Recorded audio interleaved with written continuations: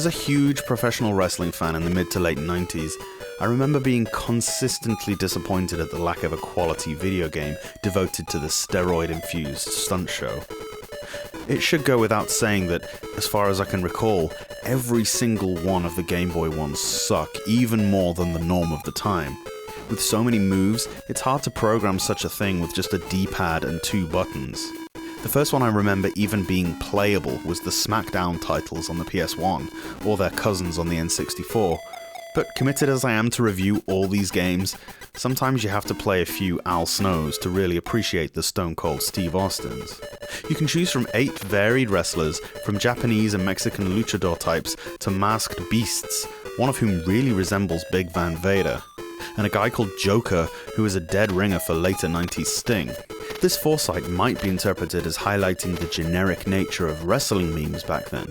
The character select screen promises a nice variation in the combatants available. Sadly, in the ring, it can sometimes be hard to differentiate. I found myself resorting to picking the big fat guy so that at least I could tell which wrestler I was controlling. Each character does have their own moveset, but for the most part it doesn't really matter. HAL wrestling is one big button masher from bell to bell. The A button pins a downed opponent. If that happens to be you, mash B to get up. You can climb turnbuckles and leave the ring, but running is not possible.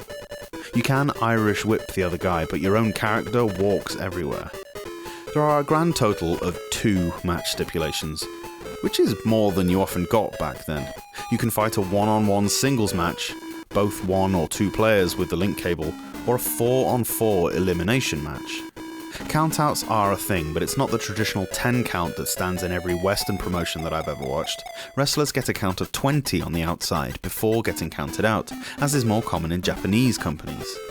You get a 5 count on the turnbuckles as well. There are a couple of methods to win, which is pretty ambitious. It's possible to win by submission as well as pinfall.